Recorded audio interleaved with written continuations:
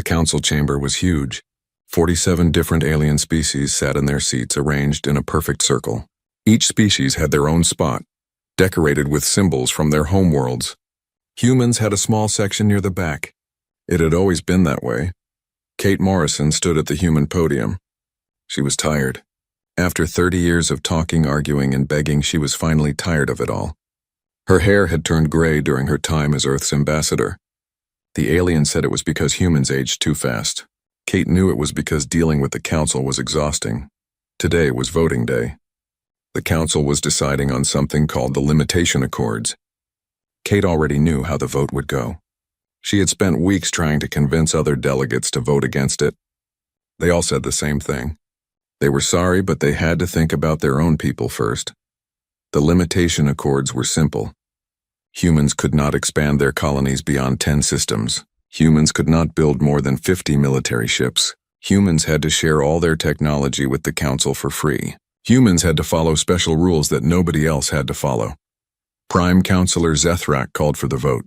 He was a Thoraxian, tall and covered in blue scales that shimmered under the chamber lights. He looked at Kate with something that might have been pity. Or maybe it was contempt. Kate could never tell with Thoraxians. The voting display lit up. One by one, the species voted. Green meant yes. Red meant no. The display filled with green lights.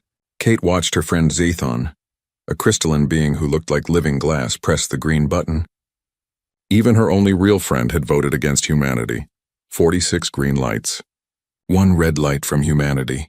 The accords had passed. Zethrak smiled, showing rows of sharp teeth. He began reading the official statement. Humans were too aggressive, too unpredictable, too young to be trusted with full freedom. These limitations were for the good of the galaxy. For peace and stability, Kate had heard it all before. 200 years of the same words. Humans were always too something, too emotional, too violent, too quick to change. The council loved to remind humans that they were the newest members, the youngest species, the ones who needed to be controlled. She remembered her first day in this chamber 3 decades ago. She had been excited then. Humanity was part of something bigger.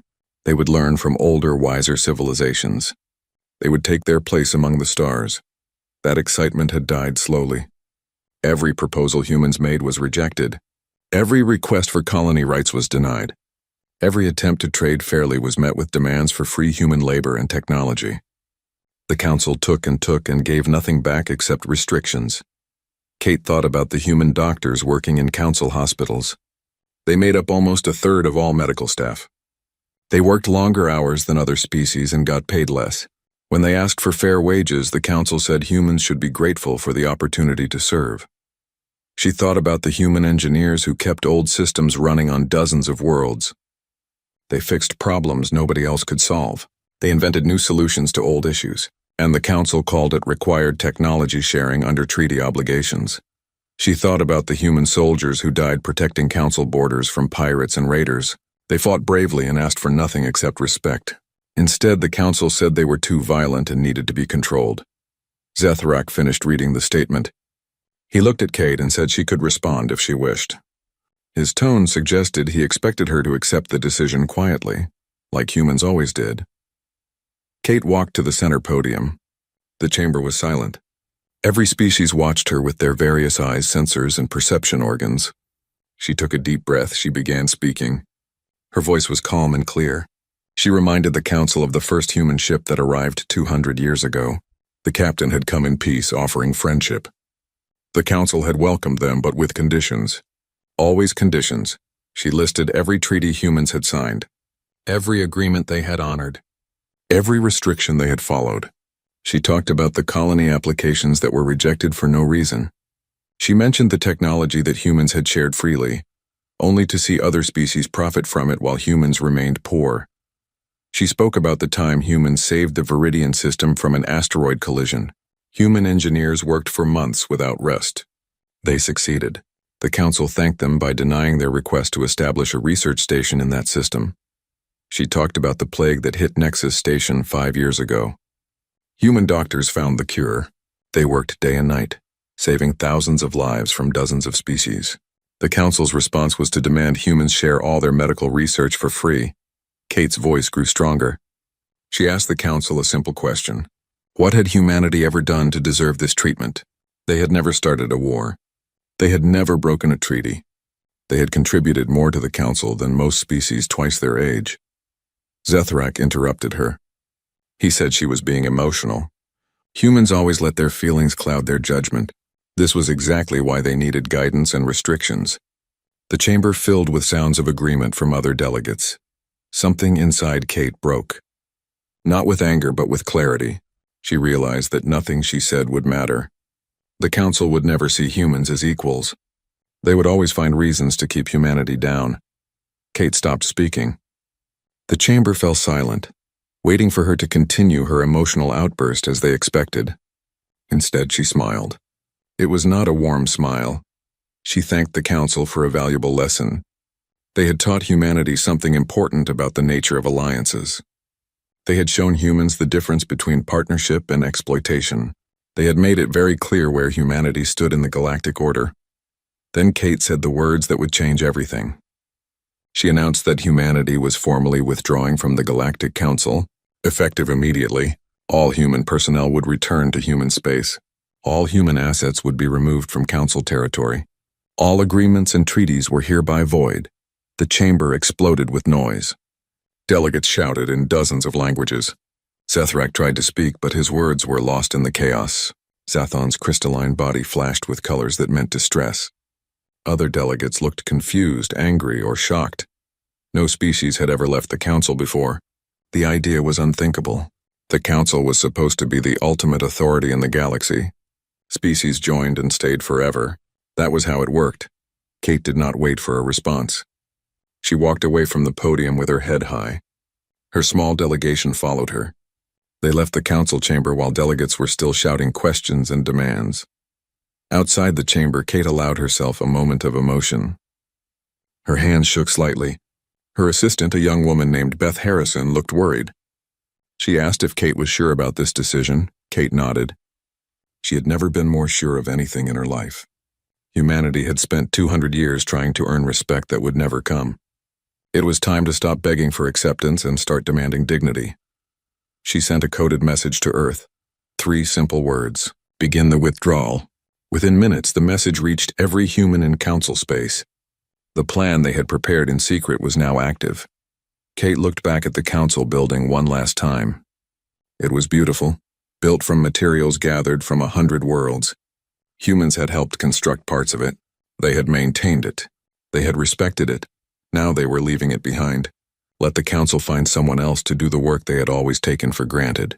Let them learn what it meant to lose something they never appreciated. As Kate's ship left Viridian Prime, she thought about the future. Humanity would face challenges. They would be alone for a while, but they would be free. Free to grow, to build, to become whatever they wanted without council restrictions. The council had made their choice. Now they would live with the consequences, and Kate suspected those consequences would be more severe than they could imagine. Captain Lucas Grant stood on the bridge of his flagship.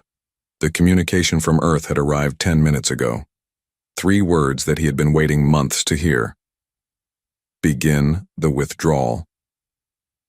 Lucas looked at his crew. They were ready. Everyone knew this day might come. They had prepared for it quietly, carefully, while pretending to be the obedient junior partners the council expected. He gave the orders. All human ships were to return to their home bases immediately. All personnel stationed on council worlds were to pack their belongings and report to transport ships. Everything valuable came with them. Everything else was to be left clean and organized. The operation moved like clockwork. Human soldiers at joint military bases packed their equipment within hours. They said polite goodbyes to alien colleagues who looked confused and worried.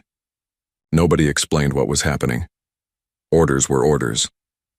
On Nexus Station, a massive trading hub, human workers began leaving their posts. The station manager, a Thoraxian named Velkon, rushed to the human residential section. He found families packing boxes and loading them onto transport shuttles. Velkon asked what was happening. A human engineer named Carl Peterson stopped packing long enough to answer. Humanity was leaving the council. All humans were going home. Velkon protested. They could not just leave. There were contracts and agreements. Carl shrugged.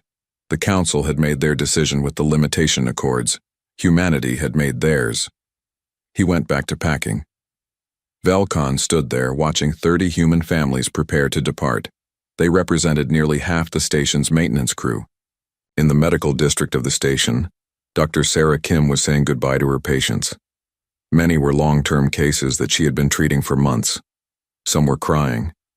A young Viridian child asked if she was coming back. Sarah shook her head gently. She wished them all good health. The head of the medical facility tried to stop her. They were in the middle of a critical treatment cycle. People would die without her expertise. Sarah felt bad about that, but she had her orders. She suggested they contact the Council for replacement doctors. Surely the Council had qualified medical personnel available. The facility had realized the problem immediately. Most species did not want to work in the medical field. It was considered low-status work. Humans had filled those positions because they cared about helping people, not status. Now those humans were leaving. Across Council space, the same scene repeated. Human teachers left schools. Human mechanics abandoned repair bays. Human farmers walked away from agricultural projects. Human scientists packed up their research and went home. Within 48 hours, every human embassy in Council space was empty. The buildings were clean and organized. Keys were left with local authorities. Notes explained where everything was stored. It was all very professional and very final. Lucas Grant supervised the military withdrawal personally. Human defense fleets pulled back from joint patrol routes. Shared military bases were evacuated. Weapon systems were packed up. Everything humans had contributed to Council defense was removed. A Council admiral tried to stop them. He said humans had obligations. Treaties required them to maintain their posts. Lucas looked at him calmly. Those treaties were made with Council members. Humanity was no longer a member. Therefore, the treaties no longer applied. The admiral threatened to use force. Lucas smiled, but his eyes were cold. He suggested the admiral think very carefully before threatening a fleet that was no longer restricted by Council military regulations. The admiral went pale and backed down. On Viridian Prime, Zathon tried desperately to contact Kate Morrison. They had been friends for years. Surely there was a way to fix this. Kate's response came through official channels. It was polite but distant. Humanity's decision was final. Zathon should not take it personally, but Zathon did take it personally. They had voted for the limitation accords. They had abandoned their friend when it mattered. Now they were losing not just humanity, but their own integrity. The guilt felt like acid eating through their crystalline body. Zethrak called an emergency council session. The chamber was in chaos. Delegates shouted questions. Nobody had answers. This had never happened before. There were no procedures for dealing with a species leaving the council. Some delegates suggested sending warships to force humans back. Others pointed out that humans had always been restricted from building a full military. Without those restrictions, nobody knew what weapons humanity might have. Starting a war seemed unwise. Economic advisors began delivering reports. The numbers were frightening. Humans made up significant percentages of workers in dozens of critical industries. Medical care, 30%. Technical maintenance, 40%. Agricultural specialists, 25%. The list went on and on. One advisor asked a simple question. Who would replace these workers? The chamber fell silent. Most species considered these jobs beneath them. That was why humans had done them. Humans worked hard without complaining. They had been convenient. Dr. Maya Rodriguez was the last human to leave Council Research Facility Gamma 7. She personally oversaw the deletion of all human research data from the facility computers. A Thoraxian scientist protested. That research belonged to the Council. Technology sharing agreements required humans to leave it behind. Maya pulled out a data pad and showed him the fine print. Technology sharing agreements applied to Council members. Humanity was no longer a member. Therefore, human research was proprietary information. She smiled and wished him luck replicating their work. The Thoraxian realized what this meant. Decades of research were gone. Projects that depended on human contributions would fail. Breakthroughs that humans had achieved would need to be rediscovered from scratch. He sat down heavily, watching Maya walk away. Communication networks across council space began experiencing problems. Human engineers had maintained the quantum relay stations that made faster-than-light communication possible. Without regular maintenance, the relays started breaking down. Messages took longer to transmit. Some sectors lost contact entirely. Council technicians tried to fix the problems, but they did not understand the human modifications that had made the system more efficient. Every fix seemed to create new problems. On Theraxia Prime, Zethrak received reports from his homeworld. The agricultural projects were failing. Crops that humans had engineered specifically for Theraxian soil were dying. Nobody knew why. The human scientists who understood the biology had left. Food prices began rising. Zethrak had always taken food security for granted. His world produced more than enough for its population. Except it did not really. Humans had been quietly supplementing production for decades, and now they were gone. Trade routes that humans had protected became dangerous. Pirate attacks increased immediately. Without human security forces, merchant ships were easy targets. Some shipping companies stopped operating entirely. Others raised their prices to cover the increased risk. Lucas Grant watched the final transport ship dock at Earth's orbital station. Every human in council space was now accounted for. Nobody had been left behind. The operation had been flawless. His second-in-command, Commander Janet Cole, asked if he felt bad about leaving the council in such a difficult position. Lucas thought about it for a moment.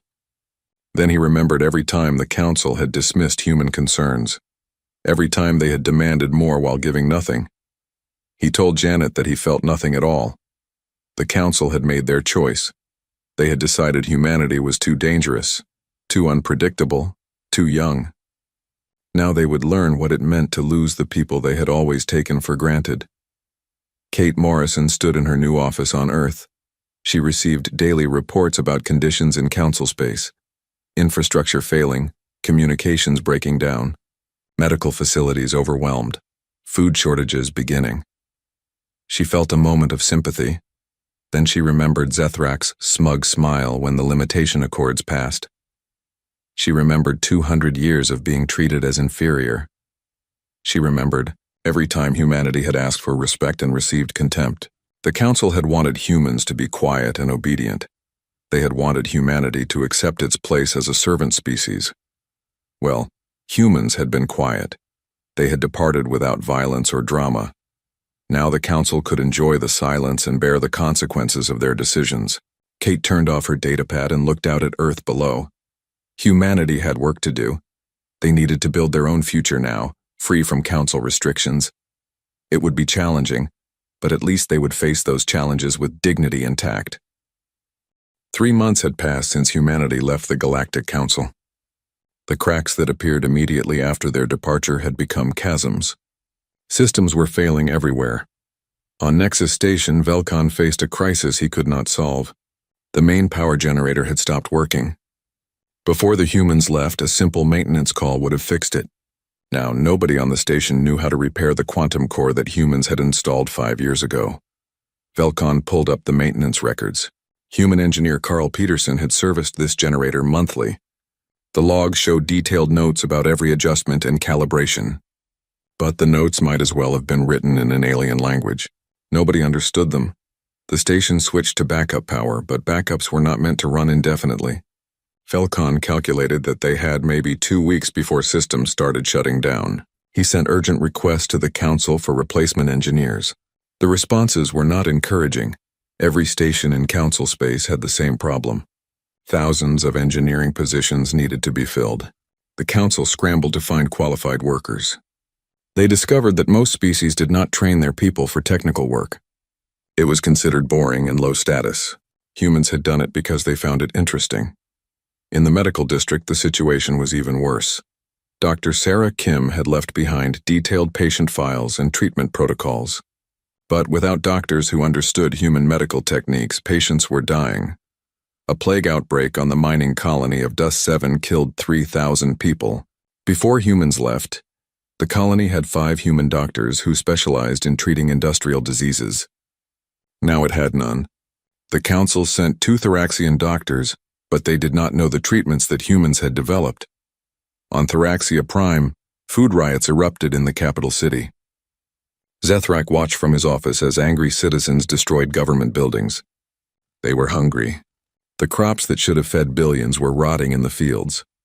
Zethrak had sent his best agricultural scientists to study the problem. They reported that the hybrid crops needed specific nutrients at specific times.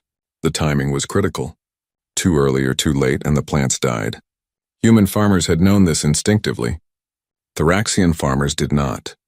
Emergency food shipments from other worlds helped, but only temporarily. Those worlds had their own problems. Across the council, agricultural production was dropping. Humans had been involved in farming projects on dozens of planets. Now those projects were failing. The communication networks continued to deteriorate. Quantum relays failed faster than technicians could repair them. Some repairs made things worse. One technician on Relay Station Gamma 9 tried to fix a malfunctioning unit and accidentally destroyed 3 others. Entire sectors of council space went dark for days or weeks. Trade became difficult when ships could not communicate. Governments lost contact with remote colonies. Emergency services could not coordinate responses to disasters. The economic damage mounted daily. Trade volume had dropped by 40%. Shipping costs had tripled. Insurance companies refused to cover routes that humans used to protect. Some companies went bankrupt. Others laid off workers. The council chamber became a place of constant arguments. Species blamed each other for the crisis. The Viridians accused the Thraxians of causing the problem by supporting the limitation accords. The Thraxians blamed others for not opposing humanity's departure. Zathon tried to moderate, but their influence had weakened.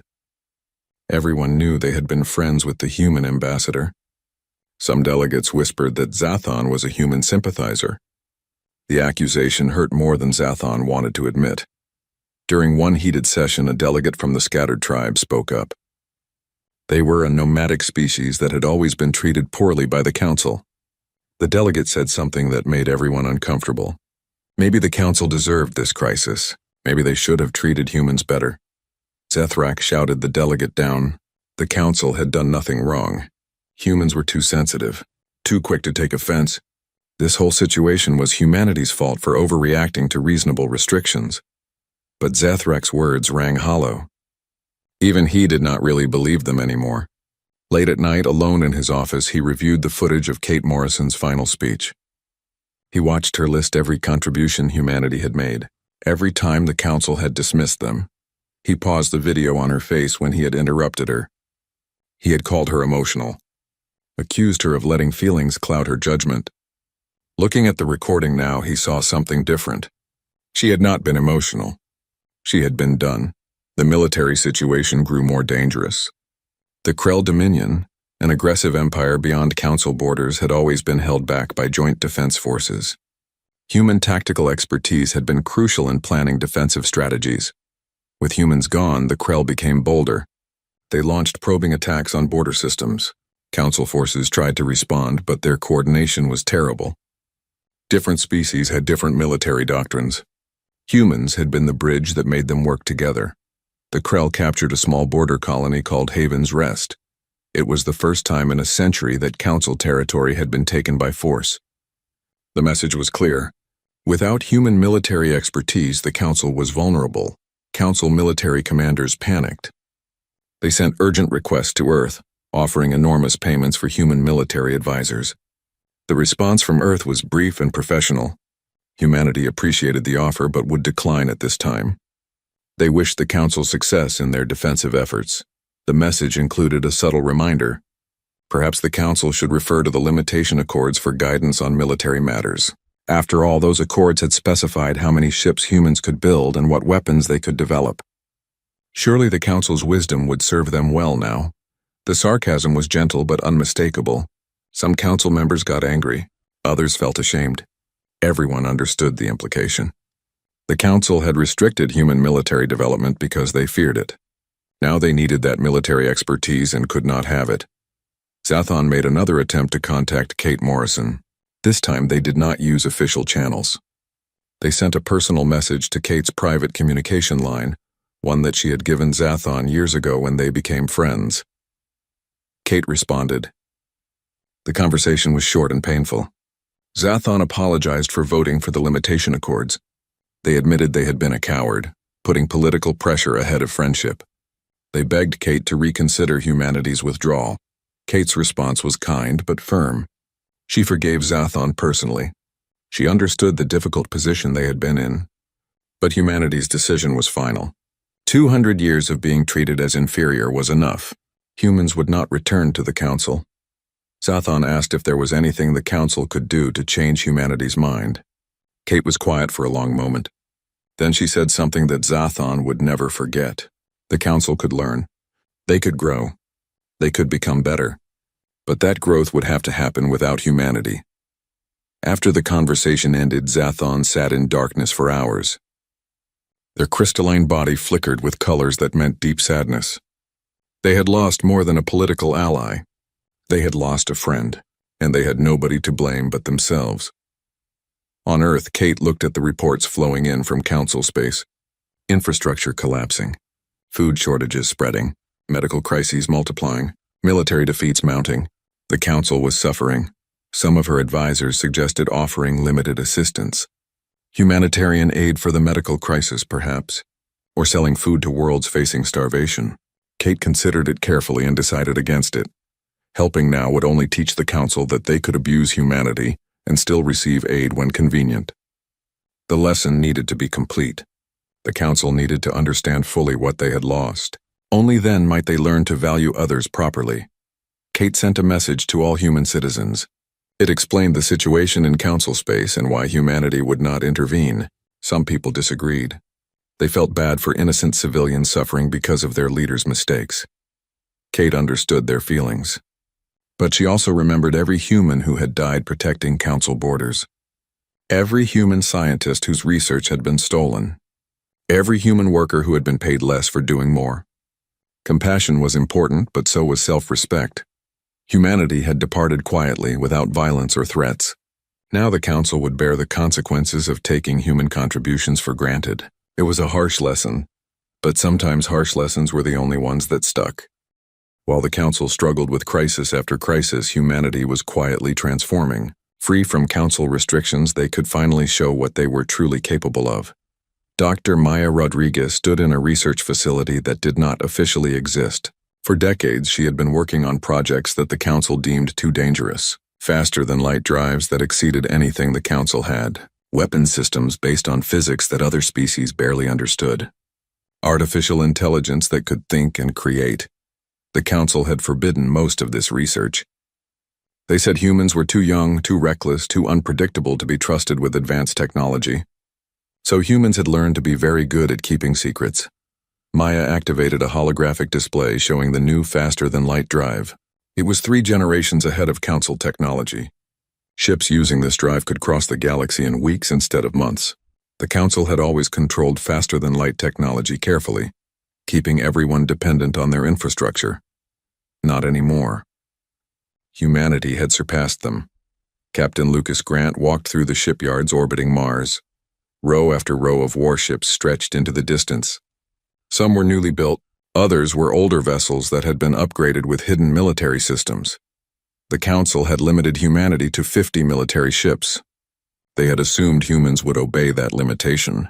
What they did not know was that humans had built hundreds of civilian vessels with modular designs. Those civilian components could be swapped for military ones in hours. Lucas smiled as he watched construction crews work. The human fleet was now larger than most Council members realized. More importantly, it was more advanced. Human engineers had been designing better weapons and defenses for years, just waiting for the chance to build them. But humanity did not plan to remain isolated. Kate Morrison had always known that Earth alone could not stand against the entire galaxy if things went badly. They needed allies. Real allies, not the false partnership the Council had offered. The first species to approach humanity was called the Verdant Collective. They were plant-based beings, slow-moving but incredibly intelligent. The Council had classified them as non-sentient and denied them representation. It was one of the Council's many shameful decisions. Human scientists had proven verdant intelligence years ago, but the Council ignored the evidence. The verdants communicated through complex chemical signals that most species could not detect. Humans had developed technology to translate these signals, giving the verdants a voice for the first time. Kate met with verdant representatives on a colony world called New Gardens. The verdants moved slowly, their root systems anchored in special soil containers. Through the translation devices, they spoke with wisdom accumulated over thousands of years. They thanked humanity for recognizing their intelligence. They offered friendship and alliance. In return, they asked only for continued respect and the technology that allowed them to communicate. Kate agreed immediately. This was the kind of partnership she had always wanted. Other species followed. The scattered tribes, nomadic miners who had been exploited by the Council for cheap labor, sought refuge among human colonies. They brought their expertise in mining and metallurgy. Humans offered them fair wages and equal treatment. The Silent Watchers arrived next. They were observers, a species that perceived reality through scent and chemical gradients. Most Council members could not even tell when Silent Watchers were present. Humans built devices that could translate their unique language, and suddenly the Silent Watchers had allies who could understand them. Within a year of leaving the Council, humanity had formed a new alliance. They called it the Free Worlds Coalition. The charter was simple. All member species were equal. All contributed according to their abilities. All shared in the benefits. Nobody was considered superior or inferior. The Council watched this development with growing concern. Species were leaving Council space to join the coalition, not just individuals but entire colonies.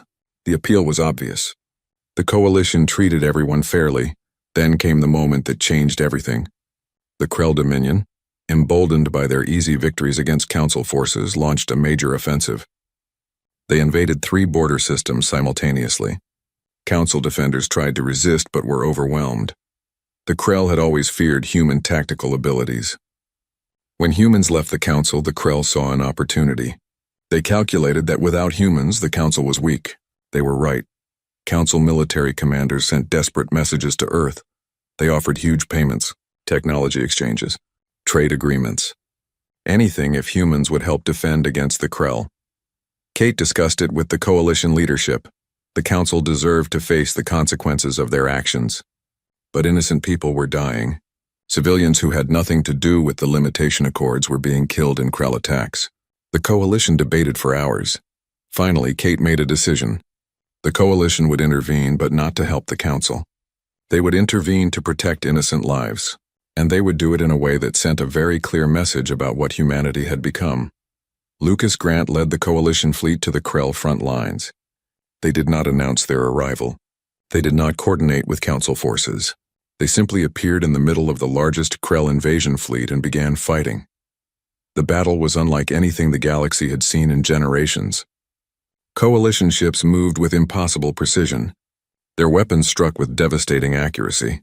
Their shields absorbed damage that should have destroyed them. Lucas watched from the bridge as his tactical displays showed the Krell fleet falling apart. The enemy had expected an easy victory. Instead, they faced technology and tactics they could not counter. Human innovation, freed from Council restrictions, was terrifying. The Verdant Collective contributed biological weapons that targeted Krell ship systems without harming crews. The scattered tribes used mining charges adapted into devastating missiles. The Silent Watchers provided intelligence gathered through senses the Krell could not detect. It was not just human power. It was the power of genuine cooperation between species who respected each other. The Council had never achieved this level of coordination because they had never treated their members as equals. The battle lasted 6 hours. When it ended, the Krell invasion force was completely destroyed. Not a single coalition ship was lost. Council observers watched in stunned silence. Lucas sent a message to both the Krell Dominion and the Galactic Council. The message was brief and professional. The Free Worlds Coalition did not seek war with anyone. However, they would defend innocent lives when necessary. Today's battle should be considered a demonstration of coalition capabilities. The coalition fleet departed immediately, leaving Council forces to secure the liberated territory. They did not ask for thanks or payment. They did not demand concessions or treaties. They simply left. The message was crystal clear. Humanity was no longer a junior partner begging for respect. They were a major power that operated on their own terms. The Council could neither control them nor ignore them. On Viridian Prime, the Council chamber erupted in chaos. Some delegates called for immediate negotiations with the Coalition. Others insisted the Council should build their own advanced weapons to match human technology. A few suggested declaring war on humanity for interfering in Council affairs. Zethrak watched the arguing delegates and felt something he had never experienced before. Fear. Real, genuine fear. The Council had always been the dominant power in the galaxy. Other species feared them. Now the Council feared humanity. Worse than fear was the realization of what the Council had done. They had restricted humanity precisely because they feared human potential. Now freed from those restrictions, humanity had become exactly what the Council feared. Powerful, independent, and completely beyond Council control. Zathon approached Zethrak after the session ended. They asked quietly if Zethrak finally understood what they had lost. Zethrak nodded slowly. They had not just lost a member species. They had created a rival that surpassed them in every meaningful way. Kate Morrison reviewed the battle reports with satisfaction. The demonstration had achieved its purpose. The galaxy now understood that humanity and their allies were a force to be respected. More importantly, species suffering under Council rule now had an alternative. Applications to join the Free Worlds Coalition increased dramatically. Small species that had been ignored or exploited by the Council saw hope for the first time. The Coalition carefully evaluated each application, accepting only those who genuinely believed in equal partnership. Humanity had not sought power or dominance. They had only wanted respect and fair treatment. When the Council refused to provide those basic rights, humans had walked away. Now they were building something better. Something that proved there was a different way to organize galactic civilization. The Council's time of unchallenged authority was over. Humanity had departed quietly, and in doing so had changed the galaxy forever. 5 months after the demonstration against the Krell, Zethrak made a journey he never thought he would make. His personal ship traveled to Earth, a world he had never visited despite 2 centuries of humanity being in the Council. The trip was humiliating. As Prime Counselor, he should have demanded that humans come to him. But the Council was desperate. Food shortages had spread to a dozen worlds. Infrastructure continued to fail. The Krell threat had only been postponed, not eliminated. And more species were leaving to join the Coalition every week. Earth's orbital control directed his ship to a landing pad outside the human capital. There were no grand ceremonies, no diplomatic reception, just a simple message that Ambassador Morrison would meet him at the appointed time. Zethrak expected to be taken to an impressive building, something that would show human power and wealth. Instead, he was led to a modest government office. The room was small and plain. Kate Morrison sat behind a simple desk, reviewing reports on a data pad. She looked up when he entered and gestured to a chair. Zethrak sat, feeling uncomfortable. In the Council chamber, everything was designed to impress and intimidate. This room had none of that. The message was subtle but clear. Humanity did not need to impress anyone anymore. Zethrak began his prepared speech. He acknowledged that the Council had made mistakes. They had not fully appreciated human contributions. Perhaps the limitation accords had been too harsh. He hoped that humanity would reconsider their departure and return to the Council. Kate listened without interrupting. When he finished, she was quiet for a long moment. Then she said something that made Zethrak's scales go cold. She reminded him of her final speech before the Council. She had warned them that the limitation accords would have consequences. The Council had chosen not to listen. Now those consequences were real. The Council's economy was damaged. Their military was weak. Their political unity was broken. And the species they had dismissed as too young and too dangerous had become the most powerful force in the galaxy. Zethrak tried to argue. He said the Council had always acted in good faith. They had been trying to maintain galactic stability. Surely Kate understood that difficult decisions had to be made for the greater good. Kate's expression hardened. She asked him a direct question.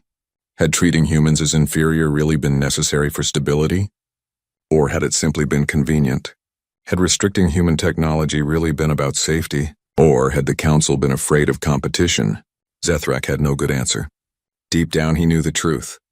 The council had kept humanity down because it was easier than treating them as equals. Other species might have demanded better treatment if humans received it. The whole hierarchical system would have been threatened. Kate presented him with a proposal. The Free Worlds Coalition would provide humanitarian assistance to council worlds facing crisis. They would share some technology, though not their most advanced systems. They would maintain peaceful relations and open trade. In return, the council must formally acknowledge their mistreatment of humanity. They must apologize publicly. They must repeal the limitation accords and all similar discriminatory laws, and they must commit to treating all species equally in the future. Zethrak asked if humanity would rejoin the council under these terms. Kate shook her head. That chapter was closed. Humanity would never return to the council. The coalition and the council would exist as separate entities, cooperating when beneficial but remaining independent. Zethrak felt his world crumbling. The council had defined galactic order for thousands of years. Now humanity was saying that order was broken and would not be restored. A new system would emerge, one where the council was no longer supreme. He had no choice but to accept. His people were starving. His civilization was failing. Pride meant nothing against those realities. He agreed to all the terms. As he prepared to leave, Kate offered one final observation. The council would recover from this crisis. They would learn and grow, but they would never forget what it cost to take humanity for granted. That lesson, she said, was worth all the pain they were experiencing. Zethrak returned to Viridian Prime and presented the terms to the council. The debate was fierce. Some delegates called the terms humiliating. Others pointed out that they had no alternatives. Eventually, the council voted to accept. The formal apology was broadcast across the galaxy. Zethrak himself delivered it, his voice heavy with shame. He admitted that the council had treated humanity unfairly. He acknowledged their contributions and the mistake of driving them away. He promised that the council would do better. True to their word, the coalition provided assistance. Human agricultural experts helped restore food production on Theraxia Prime and other worlds. Human engineers fixed critical infrastructure. Human doctors treated plague victims and taught others their medical techniques. But this time, humans were paid fairly for their work. They were treated as consultants and partners, not servants. The council learned what it meant to have an equal relationship with humanity. Years passed. The galaxy settled into a new balance. The Galactic Council still existed, but its authority was greatly reduced. Many species had left to join the Free Worlds Coalition. Those that remained in the council did so by choice, not because there were no alternatives. Kate Morrison eventually retired from active diplomacy. She had spent enough years fighting for humanity's rights. Now she served as an advisor to the Coalition Council, helping guide younger diplomats. She took great satisfaction in watching the coalition grow. Species that would never have had a voice in the old council now participated equally in decisions. The Verdant Collective contributed their ancient wisdom. The scattered tribes shared their technical expertise. The Silent Watchers provided unique perspectives that enriched every discussion. Captain Lucas Grant continued leading coalition defense forces. The Krell Dominion, badly shaken by their defeat, had entered peace negotiations. Other potential threats observed coalition military capabilities and chose diplomacy over conflict. Lucas sometimes thought about the council military officers who had dismissed human tactical abilities. They had called humans too aggressive, too willing to fight. Now those same officers studied human military doctrine and tried to copy it. The irony was not lost on him. Dr. Maya Rodriguez headed the Coalition Research Division. Scientists from dozens of species worked together on projects that pushed the boundaries of knowledge. The free exchange of ideas produced innovations that neither humans nor any other species could have achieved alone. Maya remembered the council research facilities where human ideas had been dismissed or stolen. The coalition operated differently. Every species contributed according to their abilities. Every species shared in the benefits. Credit was given where it was due. Zathon eventually resigned from the council and emigrated to coalition space. They found Kate one day and apologized again for voting for the limitation accords. Kate forgave them, understanding the impossible position they had been in. Zathon became an important figure in the coalition, using their experience to help other species transition from council membership. They dedicated the rest of their life to building the equal partnership that should have existed from the beginning. 5 years after humanity's departure, Kate stood on the observation deck of Coalition Station Prime. She watched ships from dozens of species dock and depart. Trade flourished. Research advanced. Military cooperation ran smoothly. Everything worked because it was built on respect and equality. A young human officer approached and asked Kate a question. Did she ever regret the confrontation with the council? All the pain and struggle that followed? Kate thought carefully before answering. She explained that sometimes the only way to gain respect was to walk away from those who would never give it freely. Humanity had shown the council the consequences of their choices. The lesson had been harsh but necessary. More importantly, humanity had built something better. The coalition proved that galactic civilization could be organized around cooperation between equals. Other species saw this and wanted to be part of it. The young officer thanked her and returned to duty. Kate remained at the observation window, watching the peaceful activity of the station. Ships arriving, ships departing, species working together. It was everything she had dreamed of during those long, frustrating years in the council. Humanity had not sought power or dominance.